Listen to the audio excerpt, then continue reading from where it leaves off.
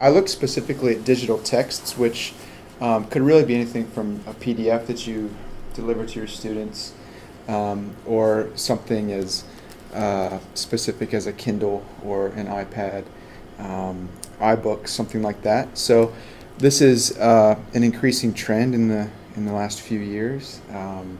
I don't know that it's grown as much as they predicted it would have. I mean, I have articles from the early 2000s that were predicting the death of books, by this time. I don't think that's the case. It's definitely not the case. But it certainly is the case that digital reading is becoming much more popular. And I think that's for a few different reasons, probably ease of accessibility, deliverability, and just the presence of the text and how easy it is to get a hold of it. But what we do know from other surveys and things is that they actually prefer print. So given the choice, all other variables aside, given the choice, they will choose print over that digital text, so to me, there's a bit of a conflict there, that we're constantly pushing digital text because it's easier for us and it's more accessible and it's cheaper and all of that. But at the same time, they're sort of saying, we prefer print. Previous studies have shown that when students are reading on the screen, their prediction of performance, or POP, is less accurate, and that's what this study examined. And just in general, we understand that undergraduates particularly are ineffective at gauging comprehension levels overall. So this usually pertains to more expository texts. So think maybe science text, biology text, history text, things like this. If they're reading a chapter, their comprehension level doesn't necessarily match what they think they understand, right? So I looked at two specific things. The first is called metacomprehension, and this is slightly different from the next thing, so trying to understand the difference. This is the individual's rating of comprehension, and the way that you rate it is just by asking a single question: how well do you think you understood? So 1 to 100, where are you on that sliding scale of your understanding of this text? And the way you measure that is the rating versus the actual performance on the test afterwards. Calibration is similar, except you're not asking how well you think the person understood the text, but you are asking them to actually make a prediction on the comprehension post-test afterwards. So imagine giving your students a chapter to read and then a post-test, asking the students to predict their performance on that test, and then aligning that with the actual performance on the test. That difference is the number. That's calibration, right? Obviously, we would want our students to be well calibrated. So we want them to be reliable, preferably valid as well, but mostly reliable, right? So we want them to understand that if they're not doing very well, that they should be able to more or less predict that they're not going to do very well, right? And this is really interesting. So what we do know about calibration is that the highest performing students tend to be underconfident in their performance. And then conversely, the lowest performing students are overconfident. So I always use the example of just sort of a math test and say, have you ever taken that math test and walked out of the exam and just felt that you did really poorly, but you got it back, and maybe you did well, or you did better than you thought? That's a good sign because you're underconfident there, right? But the students who leave the exam saying, like, aced it, and then got a 60, that's a red flag. That's a bad sign. So I wanted to know, can you affect this? Can you help someone be better calibrated, particularly in their reading? So what can you do while they're reading to help them understand how calibrated they are? And some of the research out there has examined really two different types of strategies. The first is cognitive, and this is the very visible, concrete strategies that we ask students to do, like summarize or make a prediction or make inferences, or this is just glossing a text, highlight important things, make comments in the margins, things like that. Those are all cognitive strategies that we can ask students to do while reading, and that does tend to help them understand it, obviously. But then other studies have used metacognitive strategy, and this is more of a self-questioning method, asking them questions I'll show you in a second, to monitor their comprehension and monitor their understanding as they go along. And then you can also ask questions that asked them about distraction and things like that. So the metacognitive prompts that are most commonly used are questions like that. What points haven't I understood? Do I know enough about the material to answer these questions later? Are the summaries that I'm writing helping me learn the material? And then some other mental effort and cognitive load questions like, am I focusing all my effort? Am I distracted? Do I have any thoughts unrelated? In the attempt to kind of pull them back in, right? My personal view, though, and what I did see in my research was that kind of obviously after the fact, injecting these questions is a distraction. So interrupting the reader at saying, are you distracted? It's like, well, now I am. But so what you can also do is you can provide, what I did in my study was a mixed approach, which is you ask the student to do a cognitive activity such as, in this study, summarize. And then you also provide a metacognitive prompt like, are you understanding all of the points? What points don't you understand yet? Are the summaries helping? Do you think you're going to do well on the test? Things like that. And so the materials in my study that they were given, it was actually a 36-page PDF that I wrote on photography, and it just explained the basics of photography, all of the different principles, concepts in photography, something very easy that I could assess later on a test, right? So this is how they experienced the text. Well, I'll show you the different groups, but everybody experienced the actual text itself, so 30-something pages of the photography text.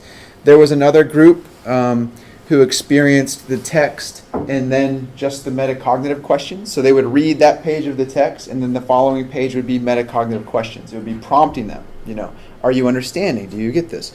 Another group read the text, and then they were given the cognitive page. So they were asked, after each page, they were asked to just provide a short 1 to 2 sentence summary of that text. And then the most robust group had to do everything. They read the text, they were prompted with these questions, and they provided a summary. And then we measured. We looked to see, out of all the groups, what the differences were. So these were the 4 groups that we looked at. There were 80 participants overall. So the control was just reading the text and then took a post-test afterwards. That was it.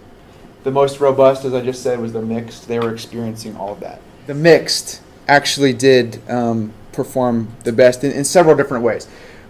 We did see that they were significantly more accurate in their calibration. So they were predicting their performance on their text. So by asking them both strategies, to do both strategies during the text and throughout the text, they were much better calibrated than other groups.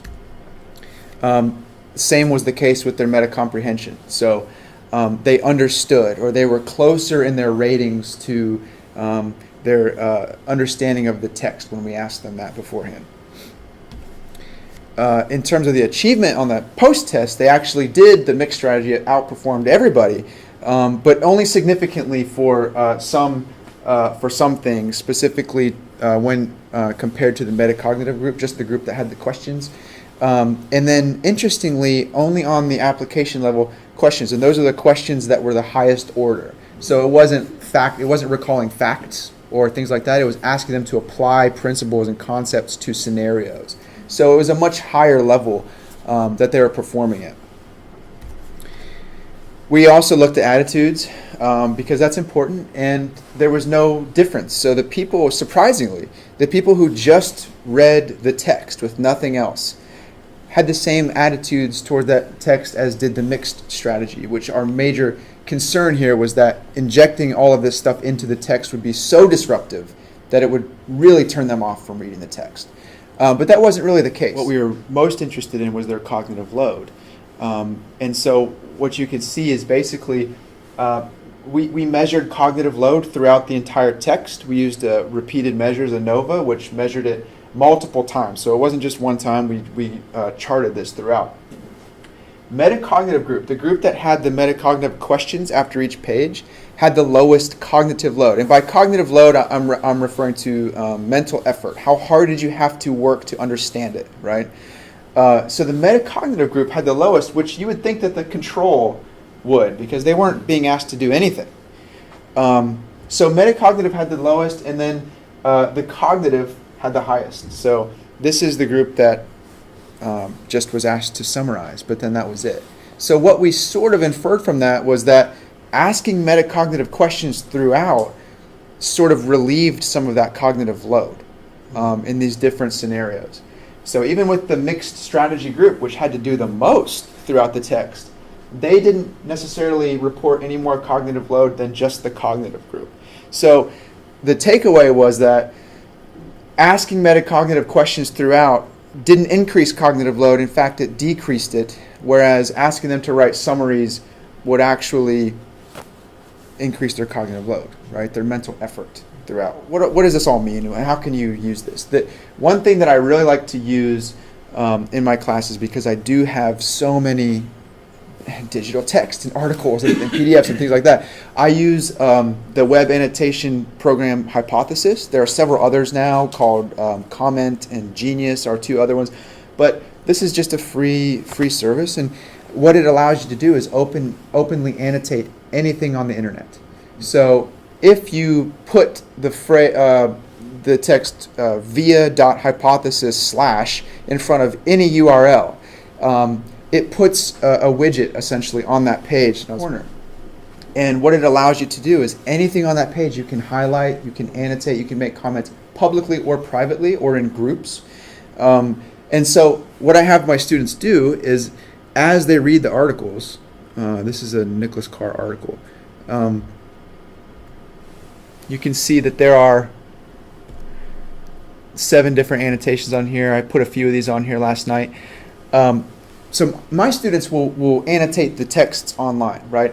But I use it to give them these strategies on their online text. So I'll ask them at certain points a cognitive strategy like make a prediction, or summarize this, or paraphrase this paragraph, this point. What is he saying? And I'll also offer metacognitive questions like, what points you haven't understood, things like that. And I have other research that I've worked on and currently working on social annotation, which this is, so social open annotation. And it actually turns out that when students socially annotate texts, they have better attitudes towards the text. They have better attitudes towards social presence, community. They perform better on tests. Their achievement is higher. So it's actually a really great tool. But I require that they post at least 3 annotations when they're reading those badges. Just because it shows me that they're reading. And they actually, what I've seen in my classes is when they have to do something publicly, they actually take a little bit more time to make sure that it doesn't sound silly, It's almost, you're holding them to a higher standard when it's in front of their classmates like that. So I see better work when they do it publicly, but that's one way that you can implement these different types of strategies.